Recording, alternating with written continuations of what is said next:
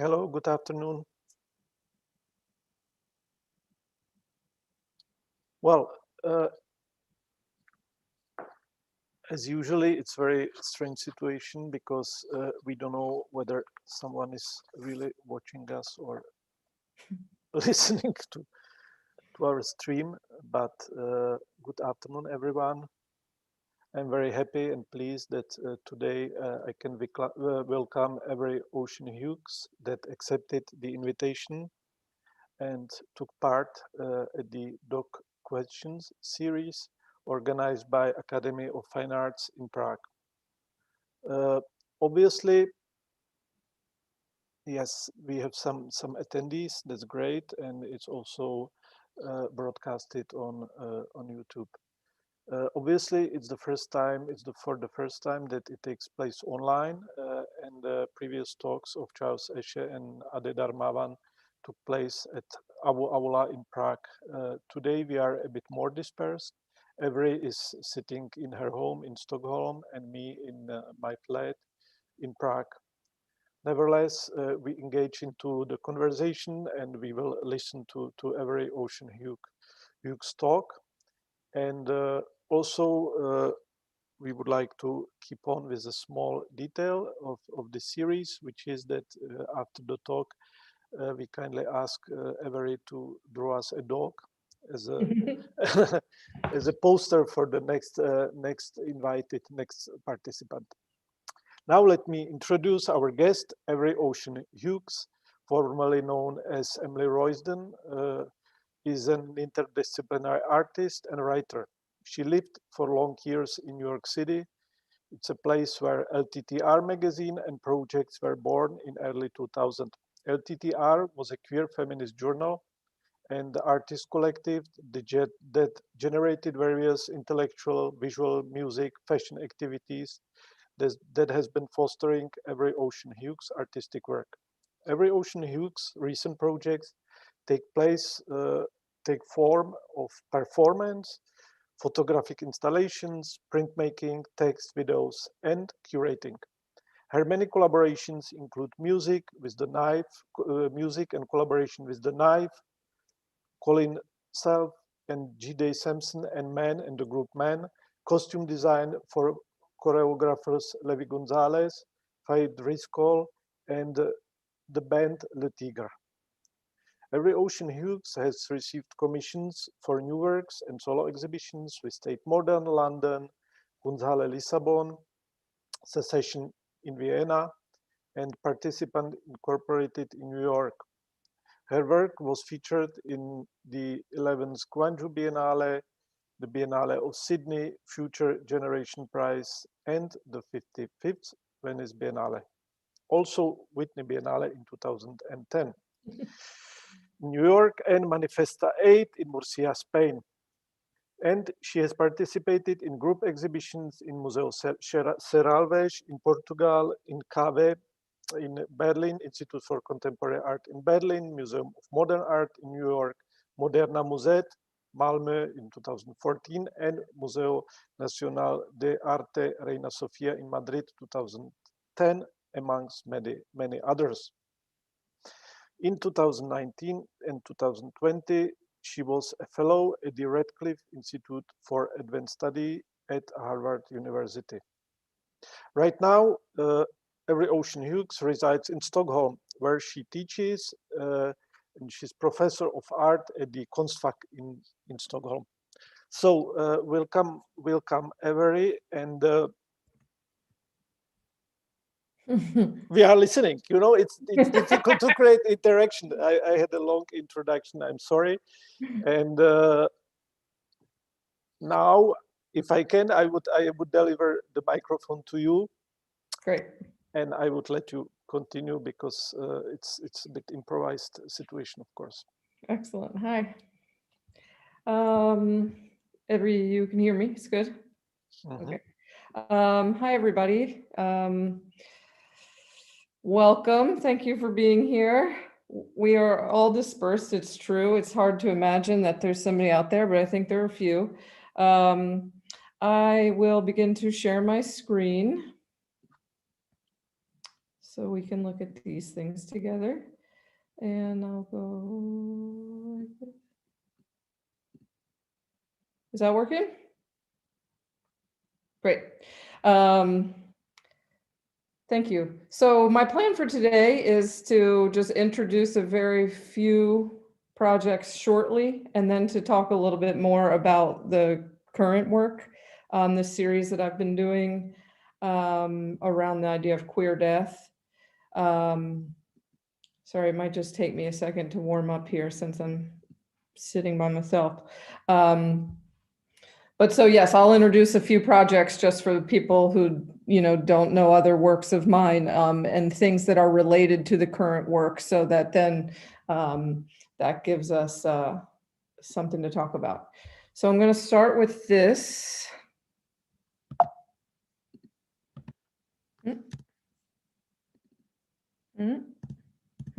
Sorry. It's supposed to make sound, but it's not. Oh, there we go.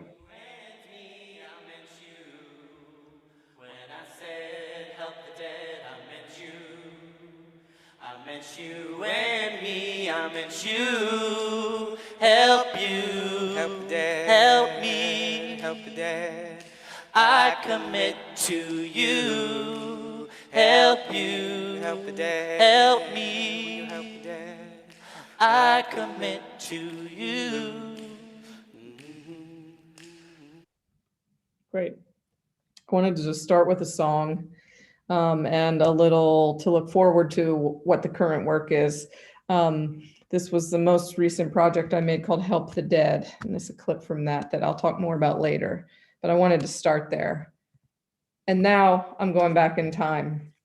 So this is actually the very first work that I ever really made. Began the project in 2001, and it was called the Untitled David Wojnarowicz project. So David was one of the first artists that ever made me feel like I wanted to be an artist. And so what I did was I went back and I looked at his earliest, some of his earliest work, and he had made this mask of the French poet Rimbaud's face, and he wore it around the edges of New York City. So it was really about that identification with Rimbaud, with the figure of the outsider, and also what are the edges of society, the margins, really. So I made a mask of David's face and reconceptualized for my generation what the questions were, thinking largely about like a genderqueer feminism, thinking about me identifying with David, who had an infamously diseased body. He died of AIDS in the early 90s at a young age of mid-30s. So I was interested in this like kind of troubling identification, and yet still articulating how productive it was for me to find his work, to be in touch with him through his work. So I made a mask of David's face, and then for things like where David had made photographs down in Coney Island, which would have been a cruising spot, or in the piers on the west side of Manhattan, you can see I kind of took this idea of the waterfront, and this was a flattened out, this is an advertising image in the East Village, which was like masking some gentrification. So I was also playing a lot with like kind of the flatness. So these are just two of the images from that series. And I think it's fun to start. I mean, these are really the first things I made, and yet they're still quite active for me. I showed them last year at the ICA in London in the Kathy Acker exhibition. So there's still something that that are alive in my life. But like I said, 2001, long time ago. And this is another image. So again, if in the last images, I was kind of playing with the flatness and the idea of the waterfront here, in David's image, it was most likely heroin in the needle. This is testosterone. So asking some different questions. So that's like very early work. I mimicked the form of his project, 11 by 14 inch black and white photos. And this is LTTR, and maybe I'll pause here and just say a very few things broadly. Threads that have connected my practice over the years. I'd say I have a transdisciplinary and conceptual practice. A lot of the work has engaged queer histories, politics of performance.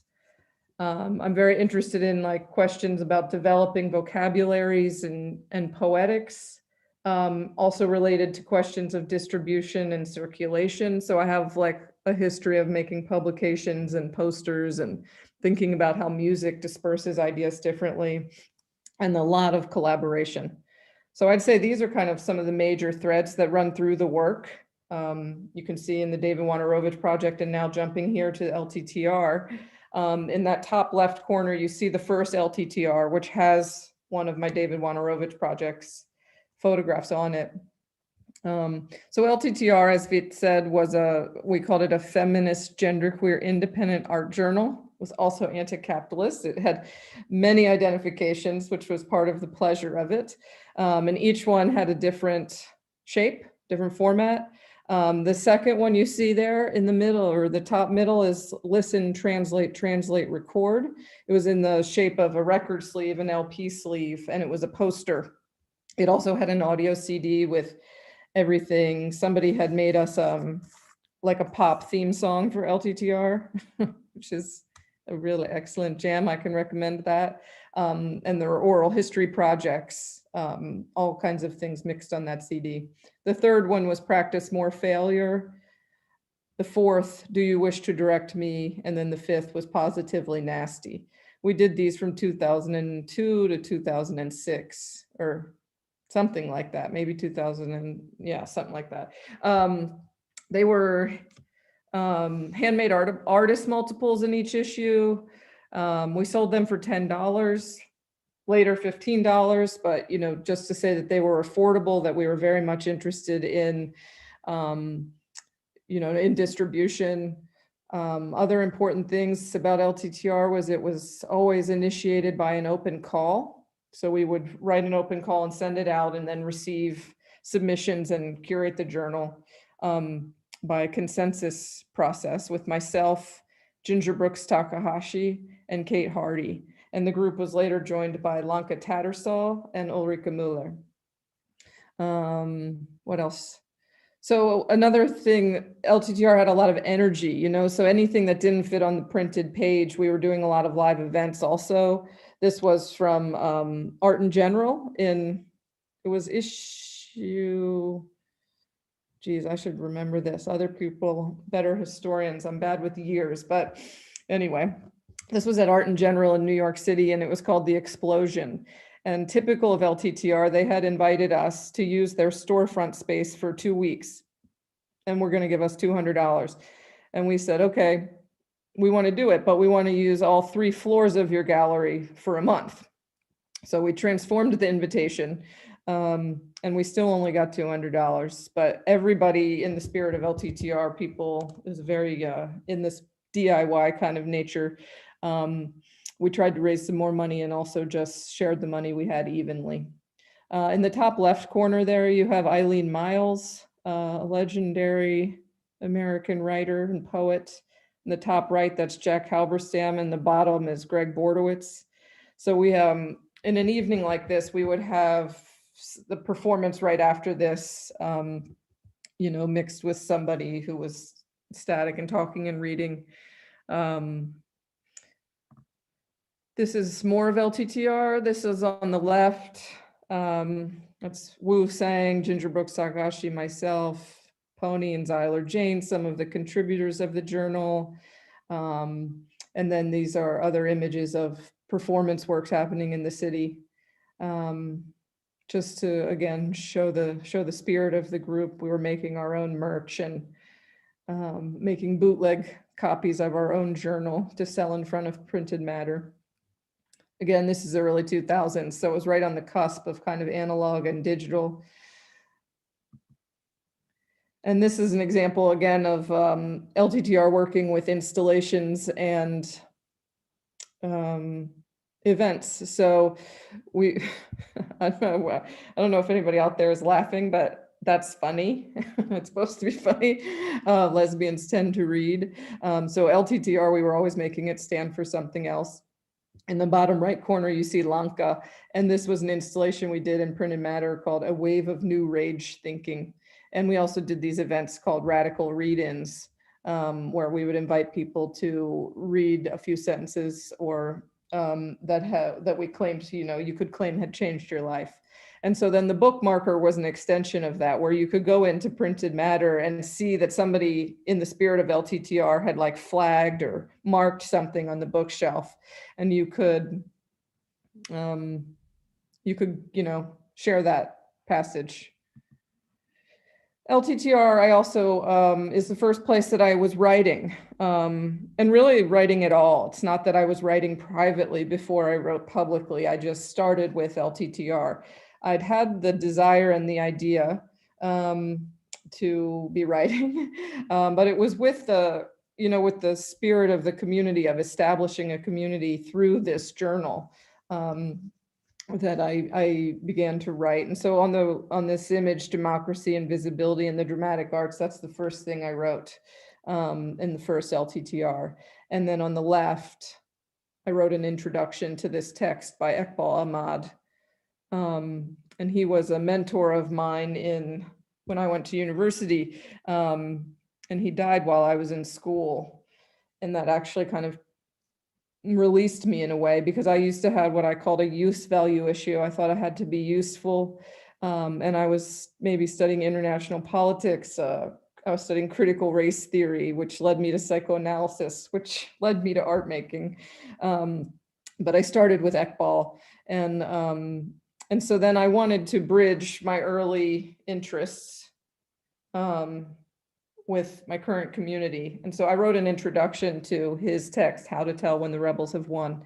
And Iqbal, he had been an advisor to Yasser Arafat. He was best friends, if you could say such a thing, with good friends with Frantz Fanon and Edward Said and Noam Chomsky. And so he was a peace activist and a radical thinker, born in India, partitioned to Pakistan.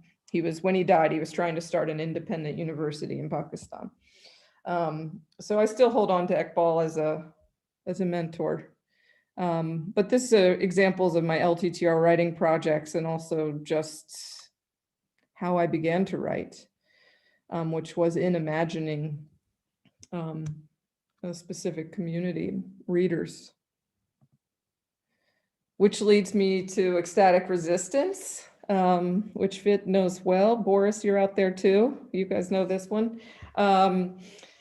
So in the years that I was working with LTTR, we're also, I would be a young artist, a young person willing to be called a feminist, and so I was speaking on panels, and I started to use this word ecstatic resistance. And for several years, I was using it to describe this kind of set of interests that I thought LTTR was performing and that I was in general interested in. And so then I was given the opportunity to a commission from an interesting and generous place in the US that has since closed, called Grand Arts. And they said I could do anything I wanted. And I said, why don't I take this term seriously? What do I mean when I say that? So instead of producing my own artwork necessarily, I curated an exhibition. I wrote an essay and I made this diagram. So to look at the diagram, we see in the middle, there's this gold disc, MVMT movement. And that's around these two pyramids, struggle and improvisation within the field of the impossible and the imaginary, all within a great pleasure stain, I call that. And then these terms are taken up in the essay, and I write more and talk more about them. This is one of the examples of the exhibition. It was in two places, one in Kansas City at Grand Arts, and then in New York City at the short-lived X Initiative. In the top image, you see a lot of Sharon Hayes's work in the foreground. And then in the bottom on the left is Juan de Villa, the Chilean artist who exiled to Chile. A.L. Steiner and Yael Bartana also in the bottom image. So like with LTTR is in a way, a publication and a collaboration, a collective project, but also partly a curatorial project. So I continued that interest, always working with others in different ways. This is the poster we made for Manifesta. English on one side, Spanish on the other. And again, interested in distribution. So I put my essay next to two others. The top Free State epitaph is from Dean Spade and Craig Wilsey. Dean is a lawyer and an activist. Just wrote a book about mutual aid and is the founder of the Sylvia Rivera Law Project for low-income trans and gender variant people in New York City. And Craig is a writer. And the bottom essay is by Catherine Lord.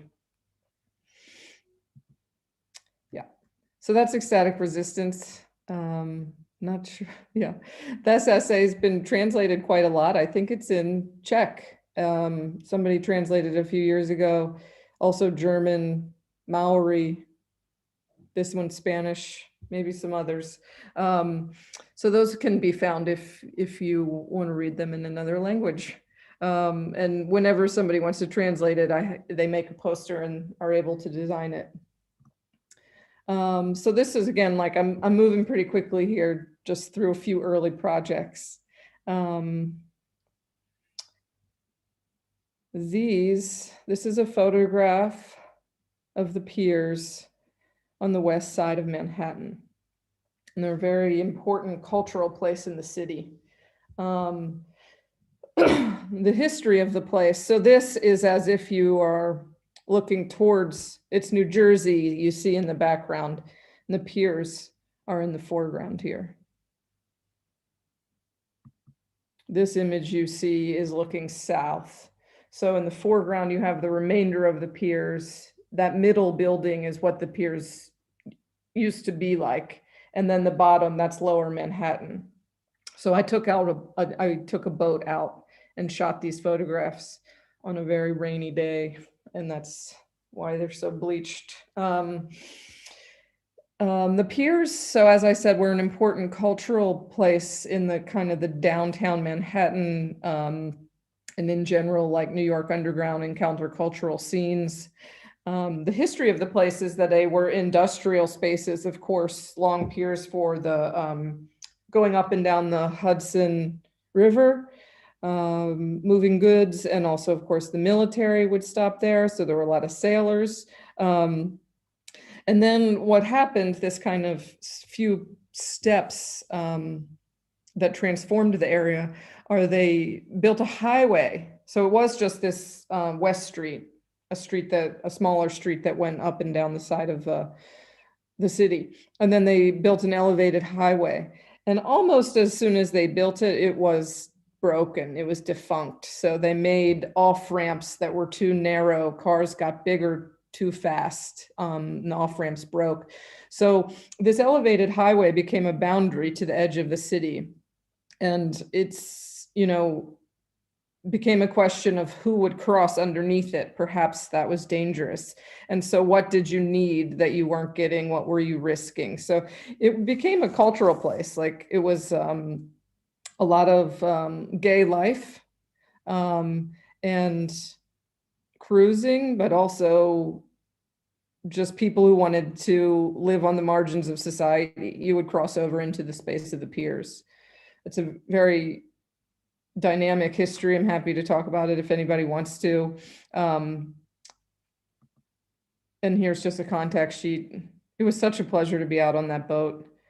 It was technically illegal what we were doing because it was not long after the Republican convention was held in Manhattan, and it was anti-terrorism laws that you couldn't take a boat that close to the shore. But I did it.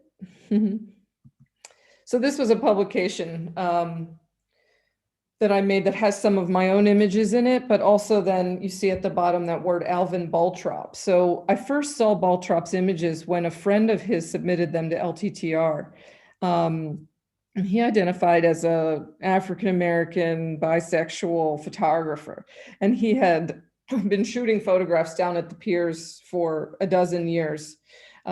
He started photographing in the Navy, and then when he moved back to New York City as a younger person, continued to be a photographer.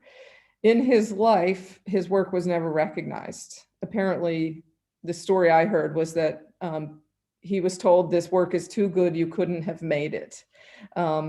So I was surprised when someone submitted them to LTTR, because I was like, I've never heard of this person. And I have an interest in queer photography. So I would have known, other people who would have been his peers in time, if not in social circles.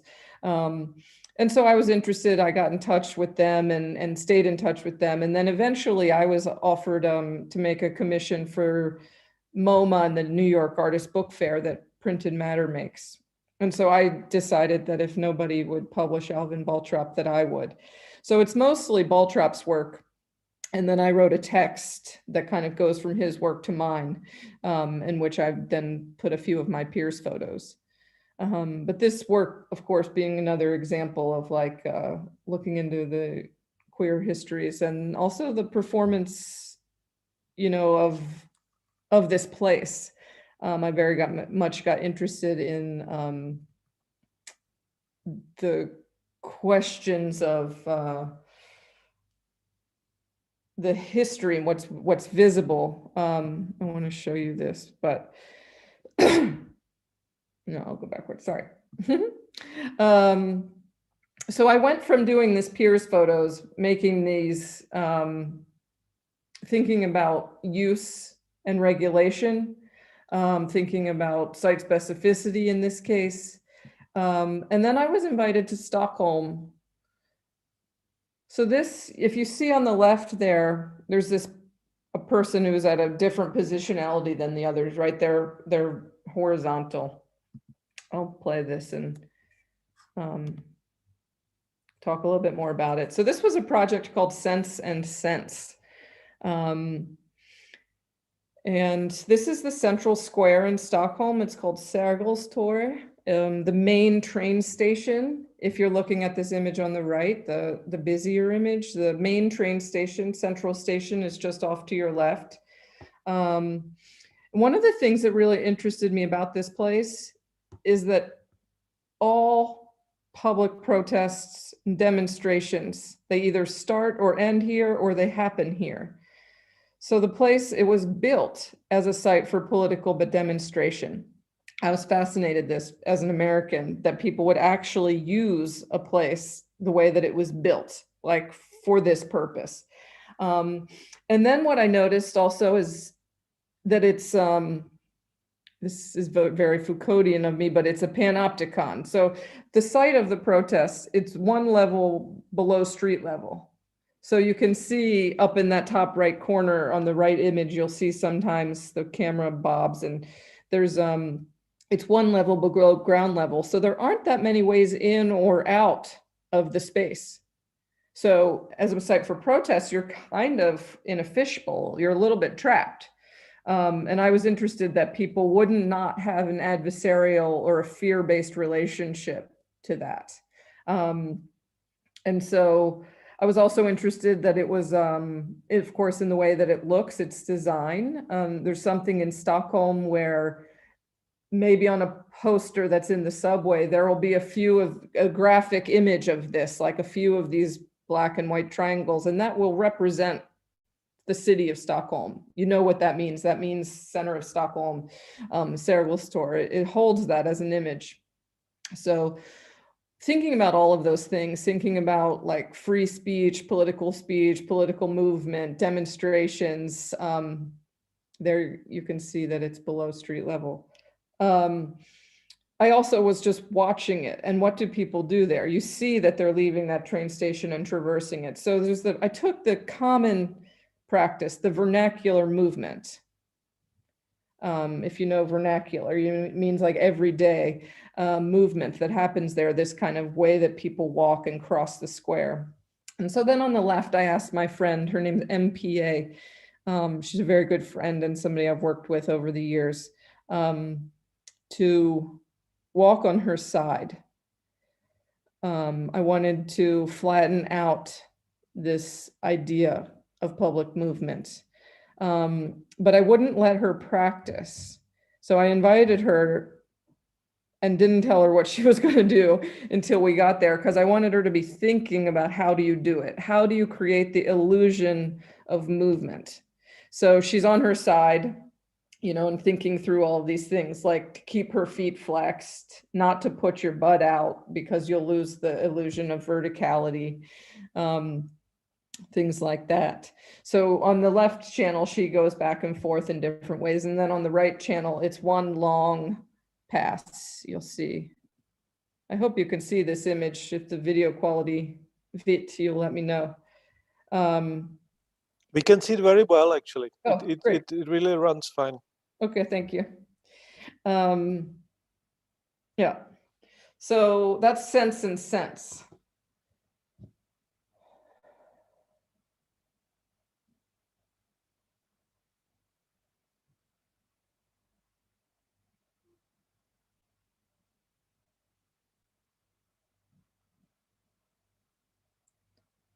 I've said this before, but if on the left, we're working with like reproducing this kind of illusion of movement in contrast to the bigger ideas of political movement and free speech. On the right, this image has context. You know, you can see the shape of the city around it, and the gesture is in a different context.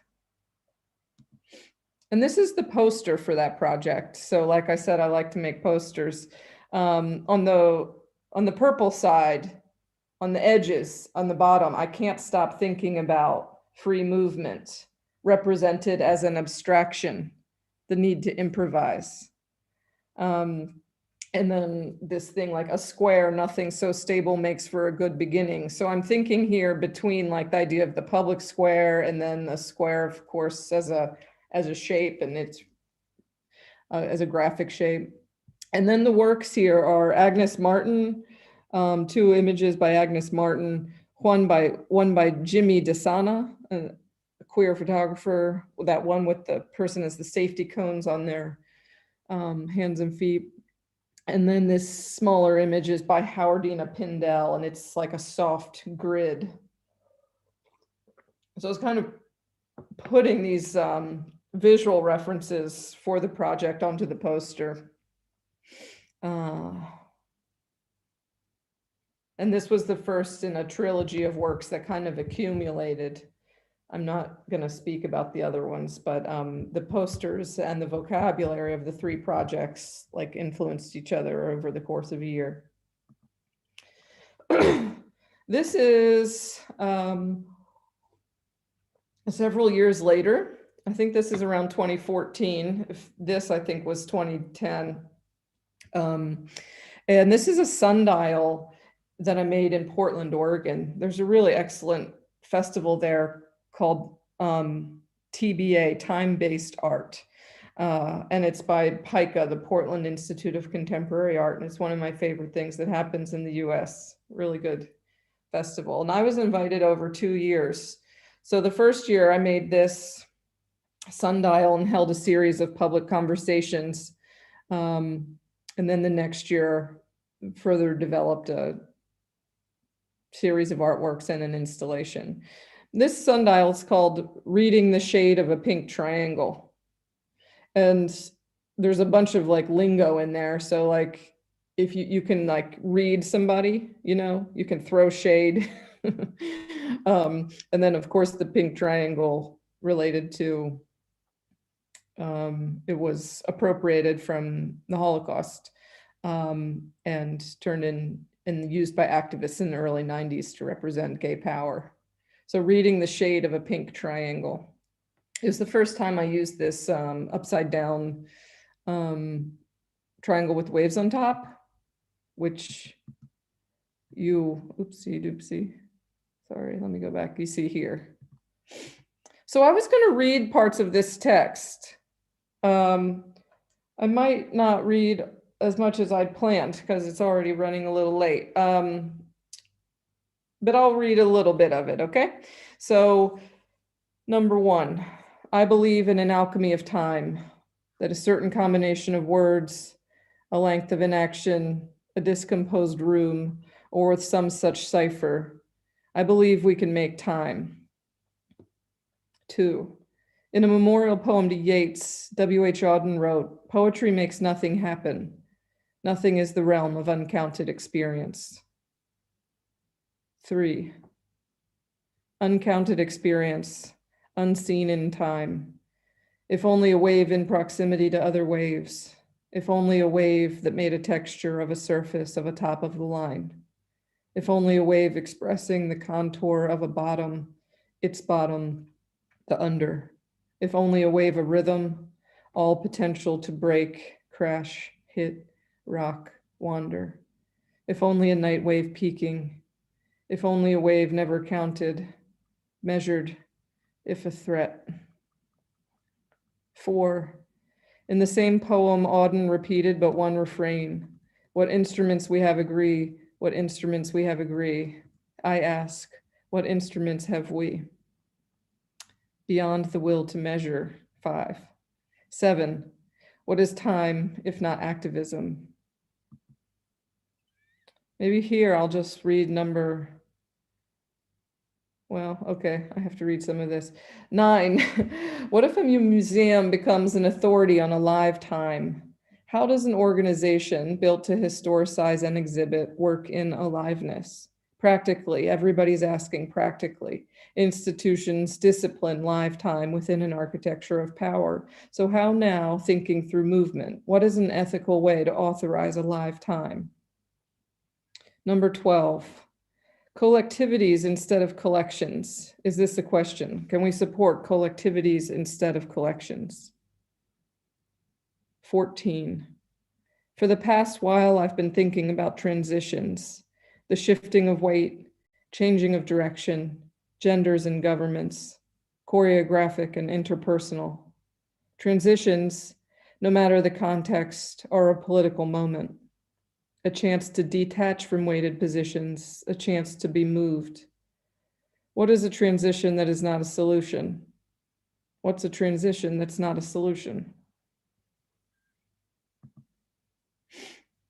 So you see in this question of a live time and the question of what instruments have we, I made a series of clocks and calendars. So these are ceramic clocks. There's about 12 meters of them. So they can really create like a horizon line. And they actually work. So they're synchronized, telling the time. I've had more than one occasion where somebody was theorizing why I had made it this time in these sculptural clocks.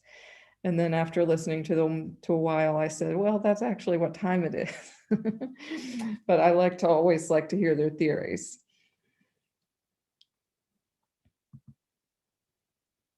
So this is an example. This whole project is called Uncounted. So the whole series of works from the Sundial to these clocks, the calendars, and these series of performances.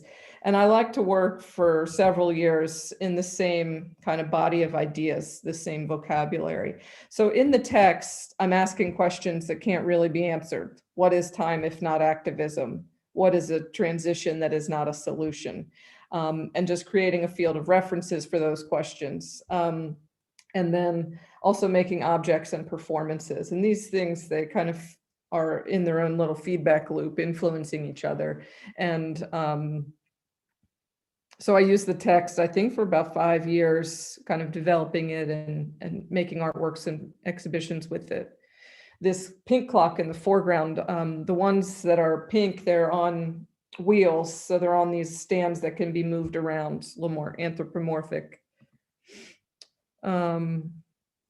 I'm not going to read all of this. That text is available on my website if anybody has any interest in it. This isn't one of the performances at the Tate in the tanks. This is Ayin Bailey on the right, who I'm performing with. Ayin is a researcher, an artist, and a DJ looking into the history of Black sound and Black music. So when I go to different cities to perform in this project, I work with different friends who I think might have investments in the questions I'm asking. This is in Berlin, and this Lehia Lewis on the left. She's a choreographer and a dancer. So this, I had invited her to. And what happens is somebody chooses one of the numbers. So the text is 23 pieces, 1 to 23. And then when I invite somebody, I ask them to choose any of the text and make a work in response to it.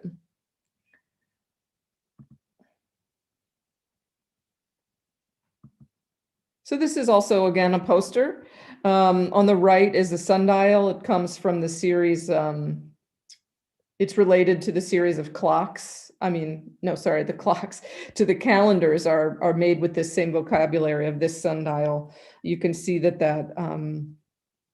the wave shape there is actually from the arm of the clocks. But anyway, it's a photogram, and then the poster has the text kind of a little bit in a clockwise shape around the paper.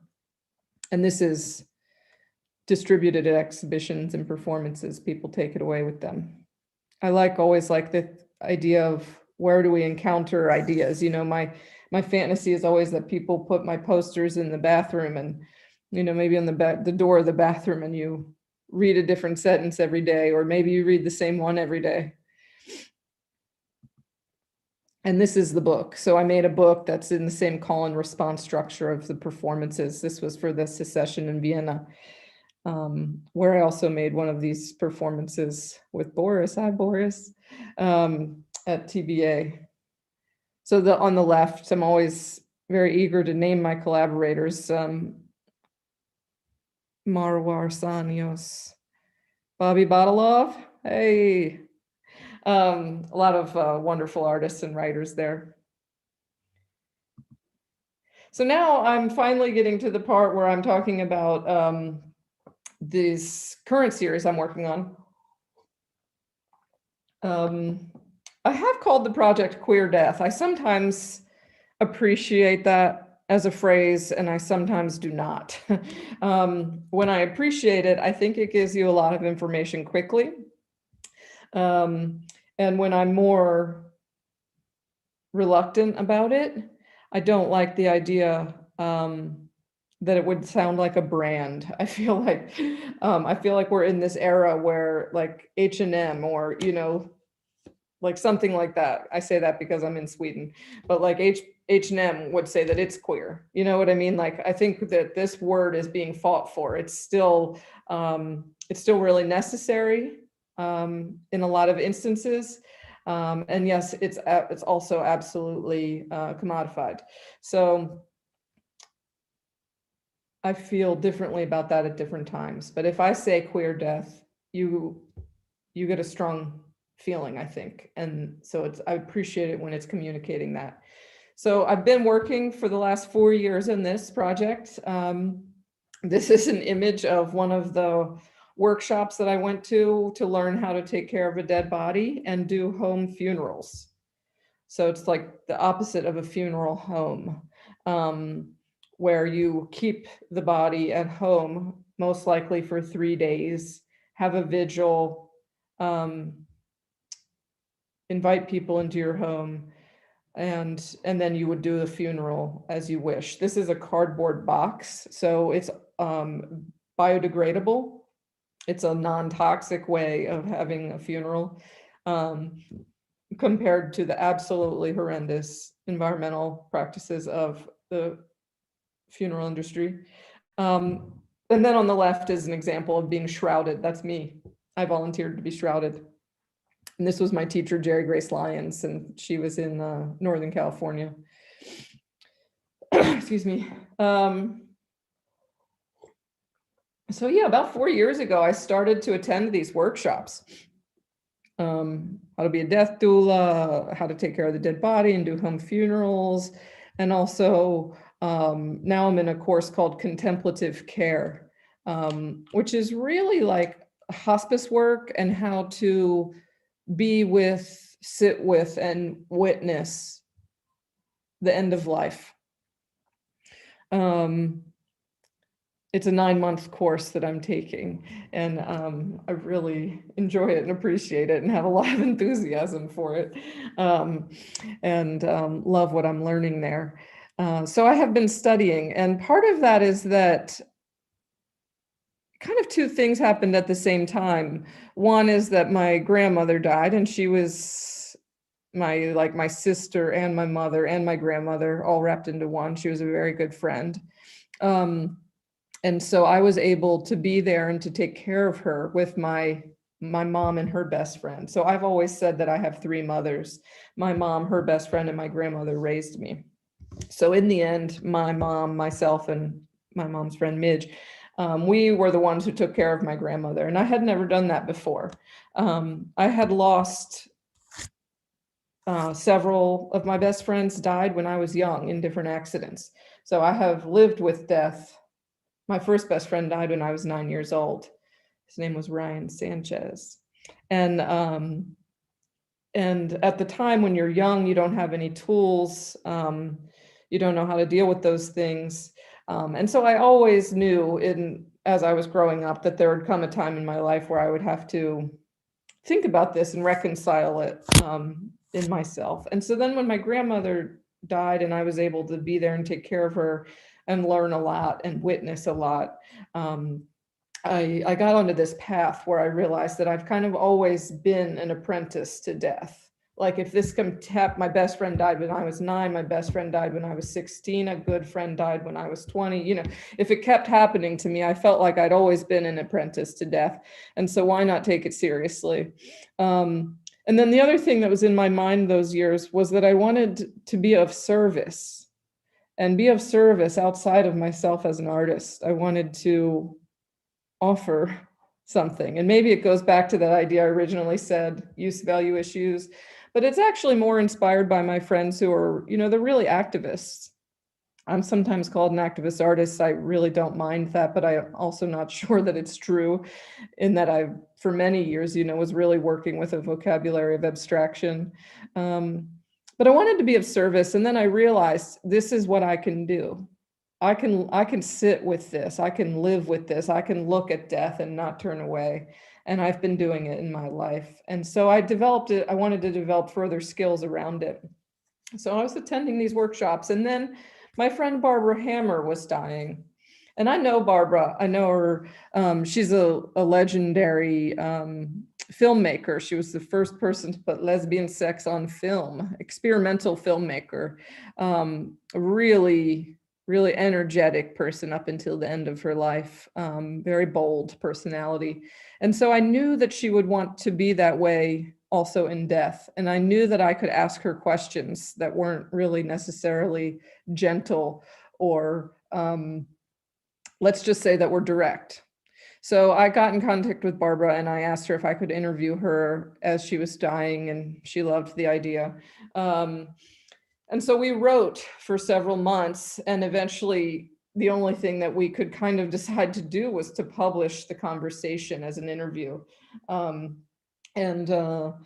we did that. I worked with this really excellent designer. His name's Bryce Wilner, and he made this font for the website, and he also made a beautiful website where when you're rolling over the dates, it kind of layers. So you, like when you see January at the top, that's because I'm blue, I'm black, and Barbara's blue. And then when we've said the same thing or a line lines up, it's solid. Otherwise, we're half of the conversation, if that makes sense.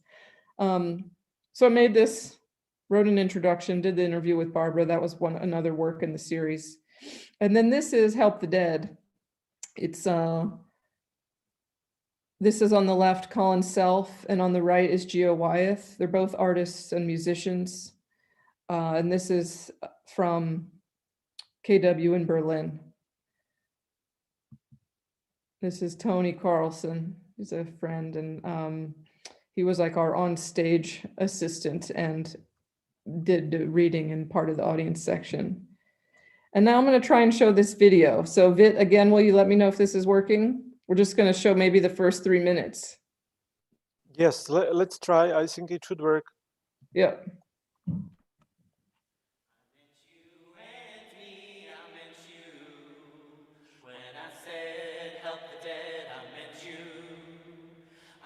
You and me, I meant you, help you, help the dad, help me, help the dad. I commit to you, help you, help the dad, help me, help the dad. I commit to you. I read somewhere that theater is about how people don't get along.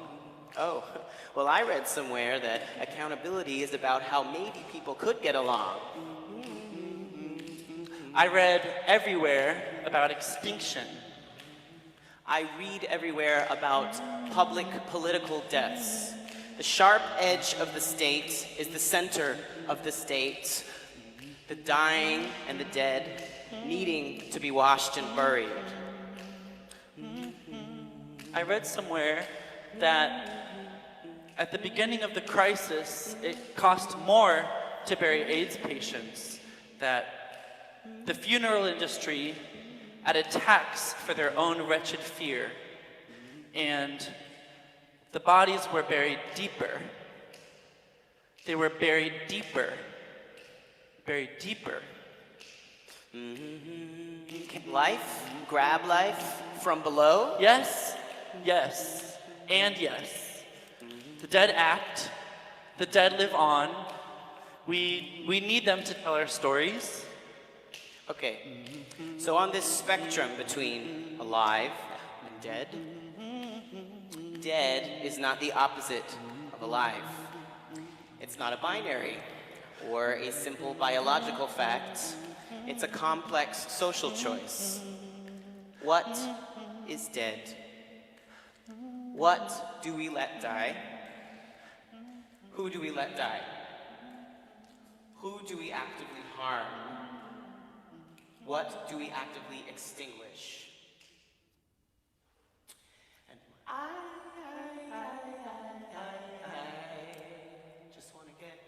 just wanna get out of my own way. And I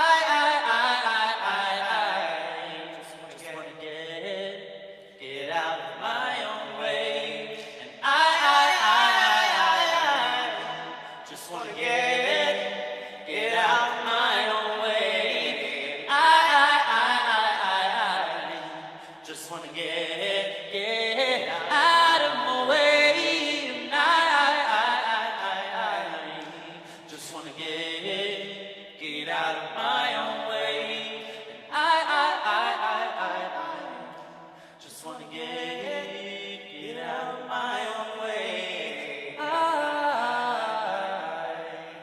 just wanna get out of my own way.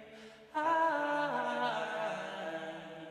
just wanna get out of my own way.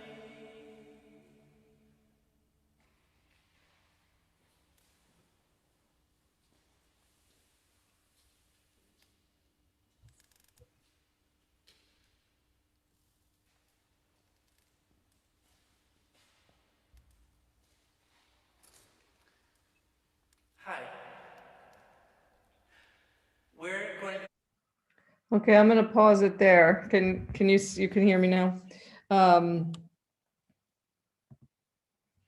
Yes. Okay, great. So this was Help the Dead. It's part concert and part theater. It's 60 minutes performance. I made these glass sculptures you see in this image, and also the costumes, which are the pattern that was in the first slide. It says Help the Dead, What is Dead, and the New York Times. So I'll explain that really quick in that, you know, a lot of the questions are when talking about when you're working around death, you know, there's so many cliches, and then also such a perhaps also questions about the good death. And one of the things I wanted to make sure of was that we were also always talking basically about all other kinds of death, not just ways of producing a good death and facilitating it, which is very important and which this performance talks about, but also the fact that we're encountering every day in the newspaper violent deaths and deaths at the hands of the state. And I wanted to always make sure that that's within the frame of the project and that it's like, it's there from the beginning. And so I do that by saying the New York Times, right? Maybe that's a little American centric there. And I tried it with many newspaper logos and with multiple logos, but the idea just of like kind of standing in for the idea of news. And I wanted to incorporate that into this question. So I made this graphic pattern again with that designer Bryce Wilner, and I call these costumes like fancy aprons. So like kind of a worker's apron. And yes, and then there are the glass sculptures that were revealed. This is the surprise ending of the performance. So you get a hint of the surprise here. Yep.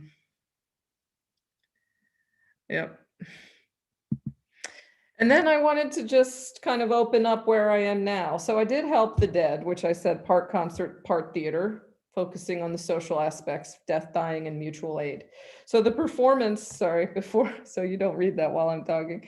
So Help the Dead is kind of in 4 chapters. There's this introductory part, which you just saw a piece of, where I'm really introducing a lot of the things that I'm interested in, asking questions and writing around these ideas.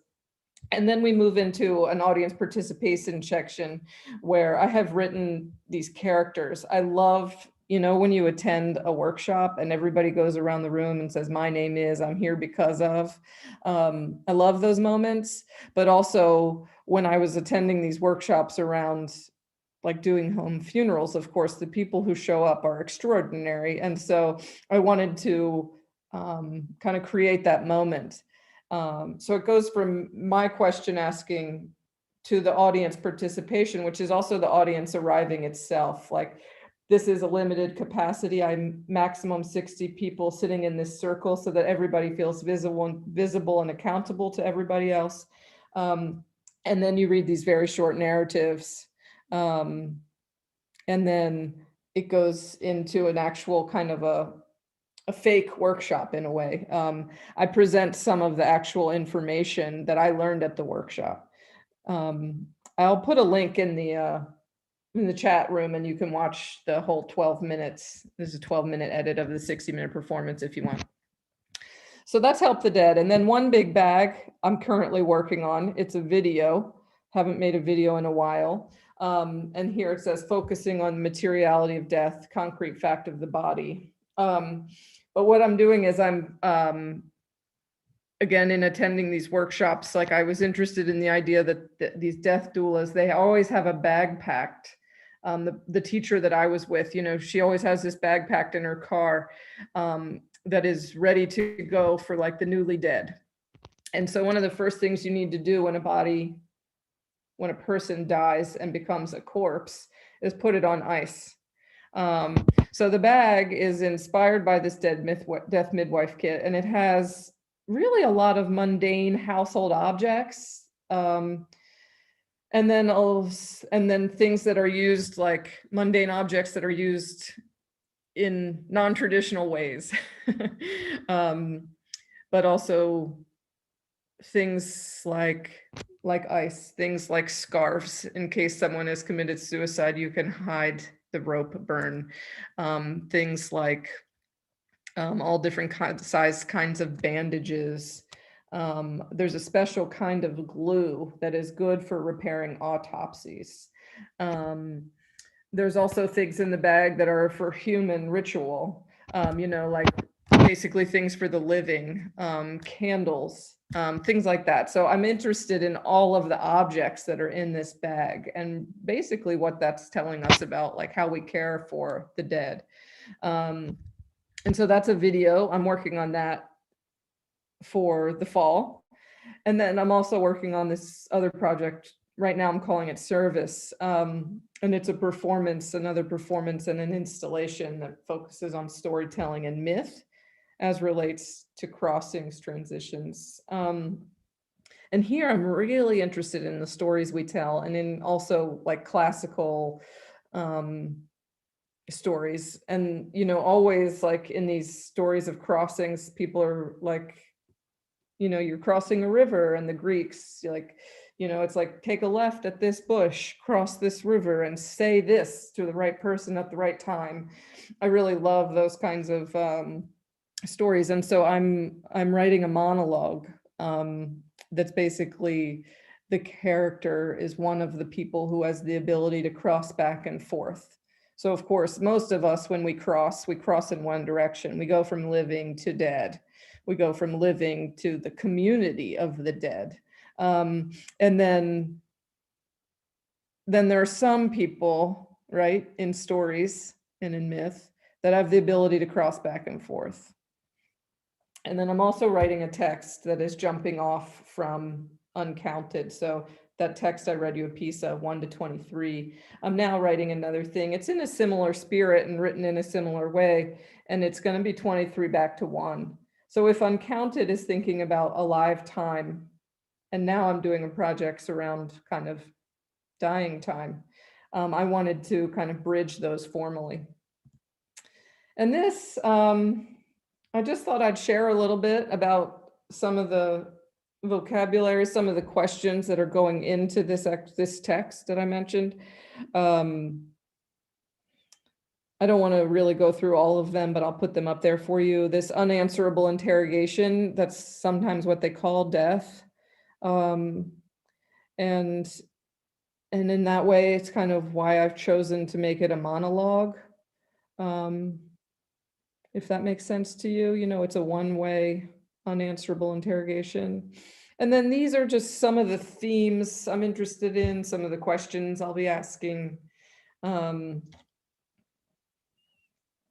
Let's see, we're at 5:10 here. That's not bad, huh? Yeah.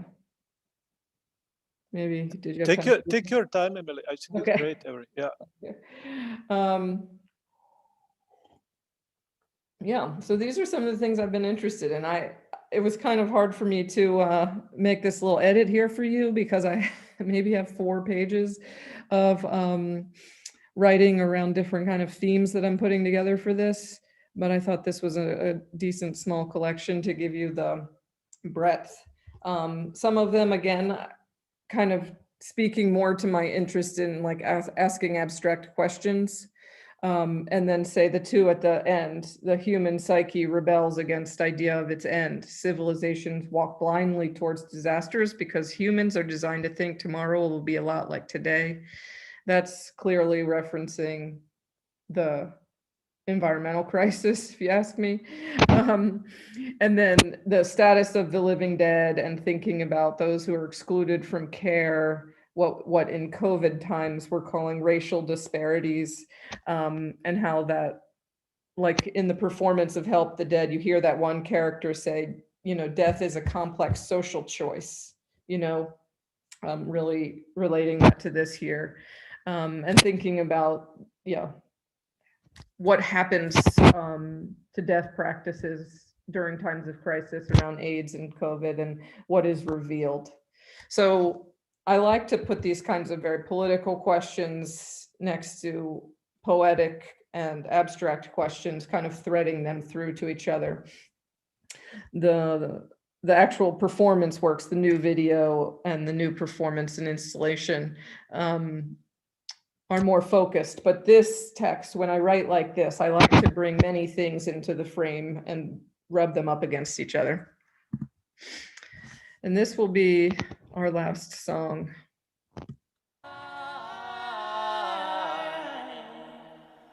Just wanna get out of my own way, and I just wanna get out of my own way. I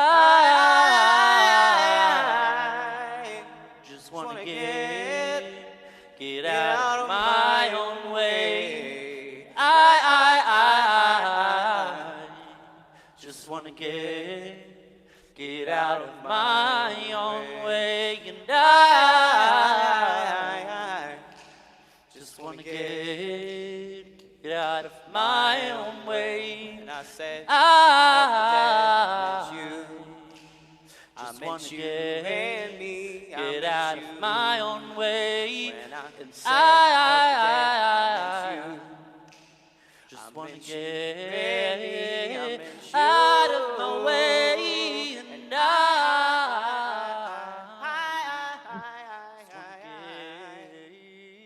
out of my way.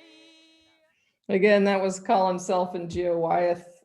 Making this project was one of my favorite art making experiences I have ever had. It was the first time I made a performance that I wasn't in, which was a total relief and a total delight. I loved knowing that I was writing for them and writing these songs that they knew each other and they were friends, but they'd never sang together. And I love when they're singing together. We were planned to do this performance a bunch of times in the last while, but of course, live work and nothing's been happening, as we all know. So I do hope to, maybe I can come do it in Prague, but I do look forward to being able to be with them and perform this work again. And really to, I'm continuing this series, as I mentioned. So I'm going to stop sharing my screen now, and I'll have any questions if there's people out there. Maybe, did I stop sharing? No, I did not. Excellent. You're going to see me again? It was excellent talk. Thank you very much. Thank you. Yeah. And maybe I will start with 2 questions, and then I would ask participants. Actually, I'm not sure if you can directly pose the questions by talking, or maybe the easiest would be if you can write it in the chat. So please write your questions into the chat, and I will read them. And maybe I will start with a question that is about what you described actually in your talk. And it could seem pretty contradictory. That first you were really dealing with the pleasure, with the principle of pleasure, and because ecstatic resistance, it was something deeply involved within the pleasure, and now you are dealing with the death. So one would say, okay, these are really contradictory principles or topics. But then when you think, you also mentioned psychoanalysis, and when you think about Freud, for example, Freud, he was really, early Freud, he was dealing only with the pleasure, and later Freud, he was dealing only with death and with the principle of destruction, death, and everything. So how is your relation to this psychoanalytical, so to say, theory or environment? Yeah. Are you related to it? Are you kind of correcting Freud where he was wrong, maybe, or what is your relation? I stopped thinking about Freud a while ago, actually.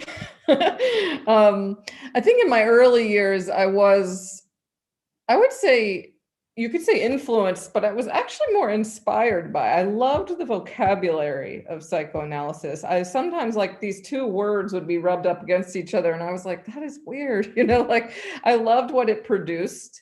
And I feel like that was one of my first, like, it was a really productive, creative encounter for me.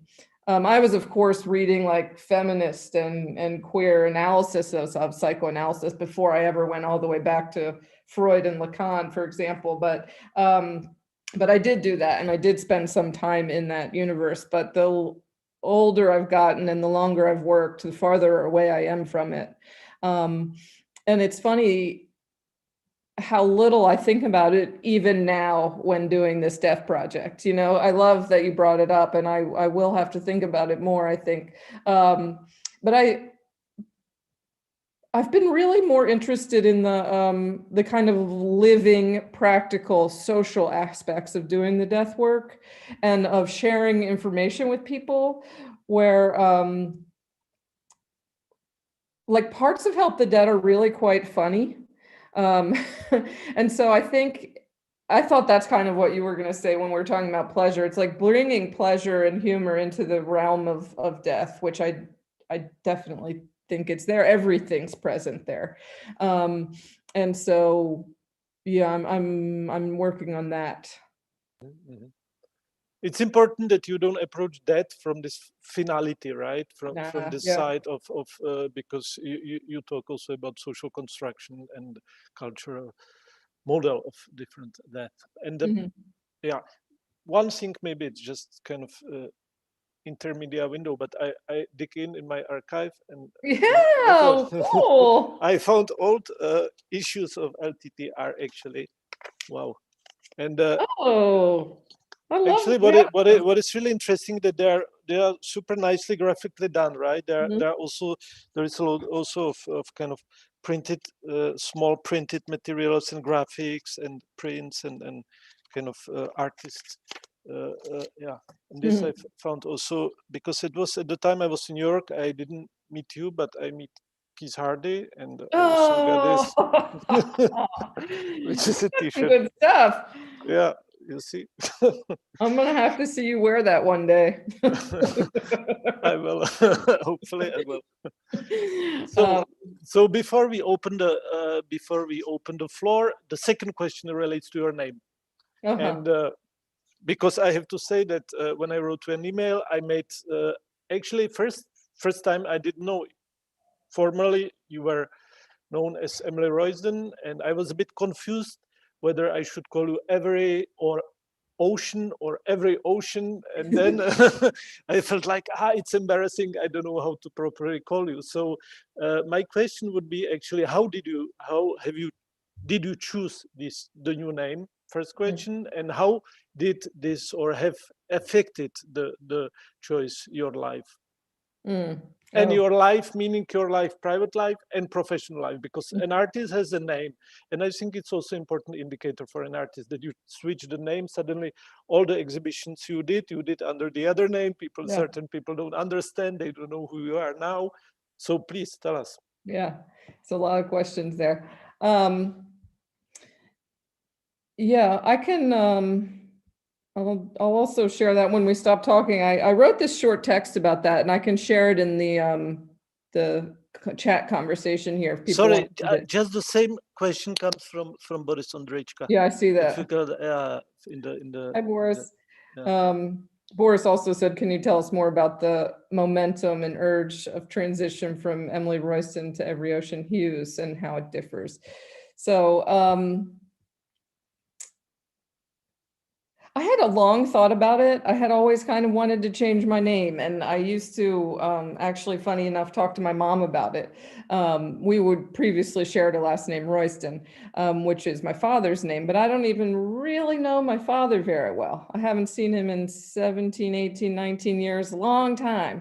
So I thought, why do I have his name? You know, it didn't make sense to me. Like, and I was interested in these questions of lineage, but really, like as Boris wrote here, urge, it was an urge. Like when my grandmother died, I took her last name. So her last name was Hughes.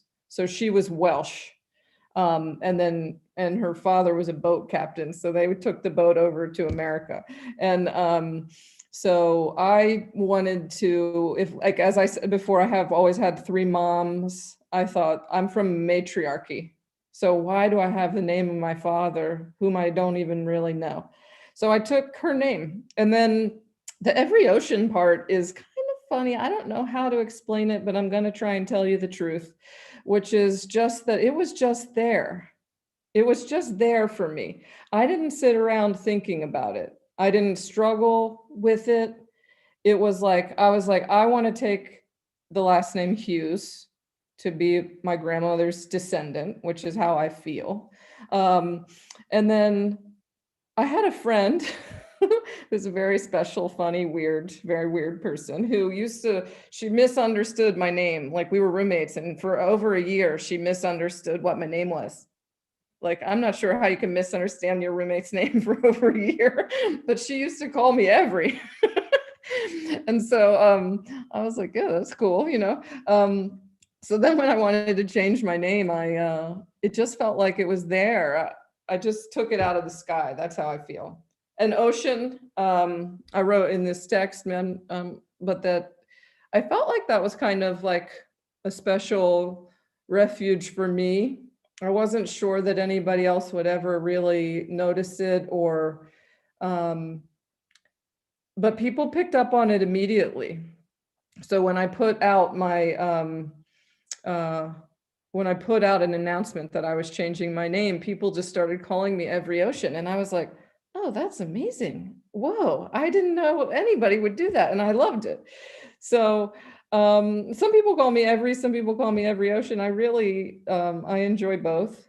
I also liked kind of, there's of course it's like everybody, it's like there's something there.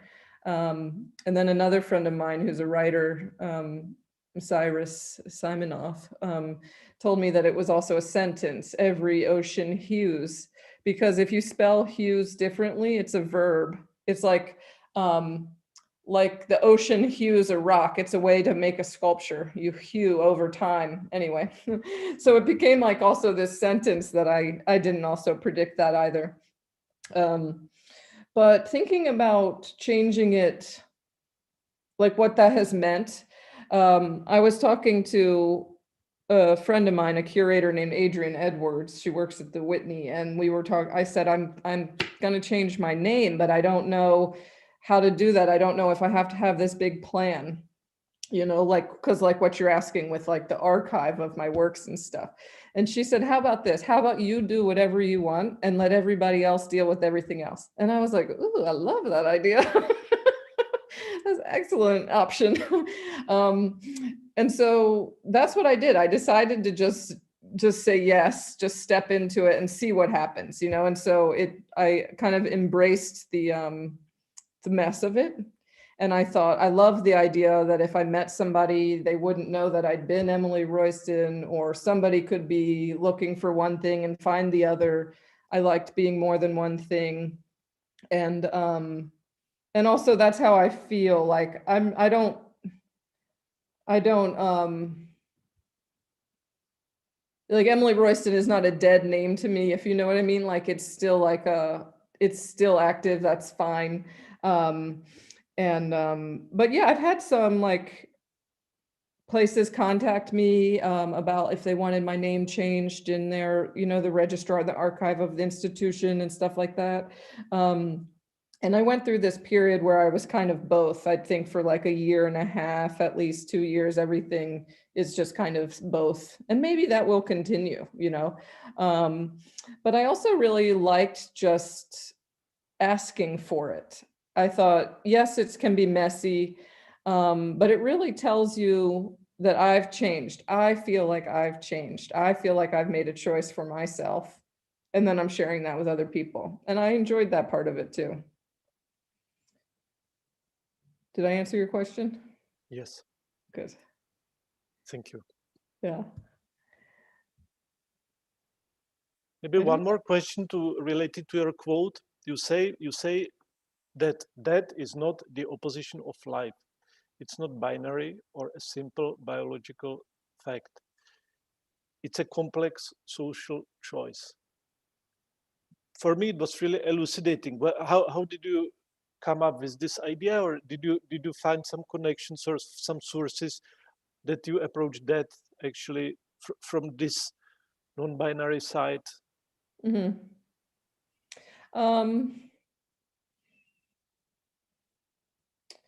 I think it's interesting that you picked up on that, because I do think for the whole, the 30 pages of Help the Dead, which is a 60-minute performance, like that was one of the cruxes, was to state that it's to move it away from the binary, and to think about it. I feel like it's a real challenge I feel like as a writer, I'm challenging the audience when I say death is a complex social choice. It's not a simple biological fact, because it's kind of like, well, what does that mean? But it felt important to me to pose that. And I guess it comes from years of reading around the subject and just kind of like fusing together like these different, like I maybe read like 1,000 kind of popular news articles, and things around death practices. And then also like, history, theory, and poetry, you know, reading kind of for four years around this topic, to kind of come up with that, I think. And again, I really like the idea that it's important for me to, I don't know, maybe I'll just say that I feel like there are other parts of the project that are going to speak more to that, to speak more to the fact that it's a complex social choice. And what does that mean, again, in terms of like health disparities and care? But then also to this idea of people being able to cross back and forth. And also the idea that that the dead influence the living, that, you know, which they do, right? So is that really like death, you know? So so thinking about all the different resonance of what death can mean. And then I also, maybe also related to my name question, I like the idea that also you can think that there are many deaths, and that many deaths is just simply change. You know, we're dying all the time. And so when I changed my name, and in the Help the Dead performance, there's the song that says, I just want to get out of my own way. You know, it's like, I like to also put that in that realm of thinking that it's not a binary. Yeah. For me, it's interesting because I was reading a lot last year about physics of particles, and there is, of course, this famous paradox of Schrödinger cat that is alive and death in the same time. So even the physics, you know, which is the most materialistic and really empirical science nowadays, kind of destroys this clear division in between clarity. But we have a question, and the question is from Sanya, watching on YouTube. Can you tell us more about the development of the new practices of care for dying and death in relation to COVID? Also, how it challenged your practice and research? Thank you. Yes, thank you. Yeah, I mean, it's, you know, if I started looking into this stuff 4 years ago and then watching it unfold, these very urgent, very political, very tragic circumstances around thinking through death practices at this current time. I would say the way that they've changed is now in the more, is not intentional change. And I hope that wasn't implied, you know. So, because you did say that, right? How have they changed in relation? So it's, did you say something, Vit? Oh, okay. So it's more like thinking about the ways, when I wrote that, I was thinking about how like there are, you know, these trailers, basically morgue trailers, like up in different cities that are storing dead bodies in refrigerated trucks for long periods of time. But those are becoming part of the visual landscape. You know, another thing, when you start to think about like politics and death and media, we also, and just culture in general, like we see how much it's usually, it's either spectacularized in terms of like violent, very visible death, and or it's like often very hidden. There's like a general incapacity of people to be able to speak about it. And then also like how when a human being dies now, often they're just taken away. Whereas for, you know, centuries, families and people would care for the dead themselves in their own communities, and that there's something very specific and necessary for the human being, for a human body to sense that somebody else is alive. One of the things I've been reading about is that, you know, how hard it is for the mind to understand death, that you actually have to sense it. You have to feel it, you have to smell it, you have to be near to it to understand.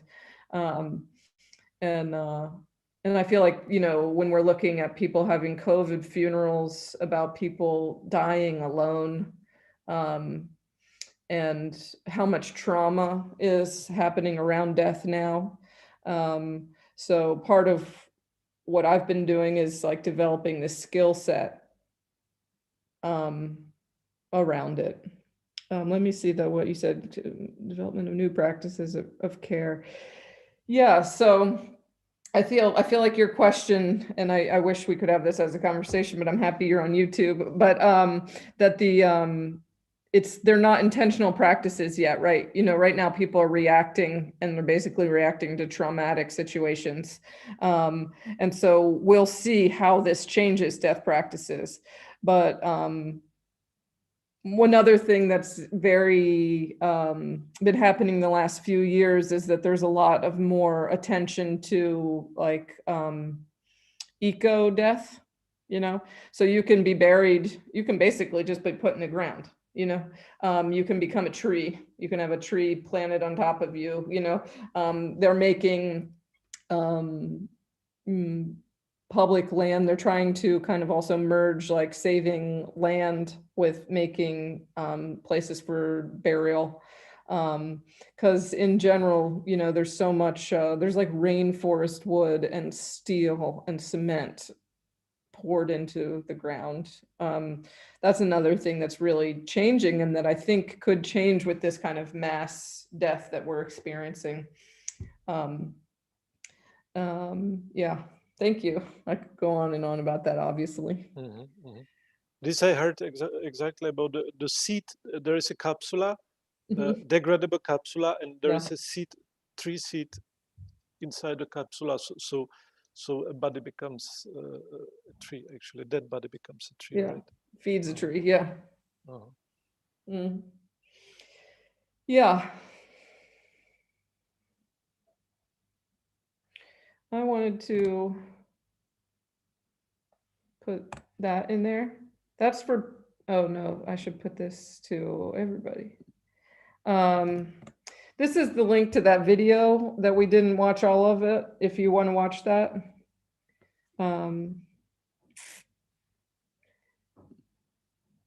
I suppose that there will be also a lot of differences about legality, because you mentioned, for example, this coffin that is hosted at the home, and I think in Czech Republic, for example, this is legally hardly possible. Yeah. That you actually can host a dead body, legally speaking, because Yeah. it can be only under surveillance of the funeral company for a couple of hours, but I think that there's a lot of legal it's entirely legalities a legal question. legalized in Yeah. different countries, right? In the US, it's different state by state. So it's very specific to where you are. Yeah, the people who are activists in this field, you know, of course, it's a, you know, it's a capitalist issue, which is, it's not a health and safety issue, which is why you can't keep a dead body at home. You know, it's a question of like controlling the industry. Yeah.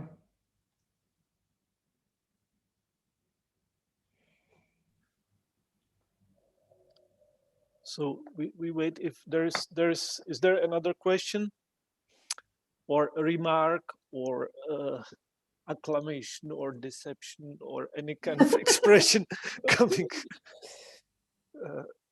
from our colleagues?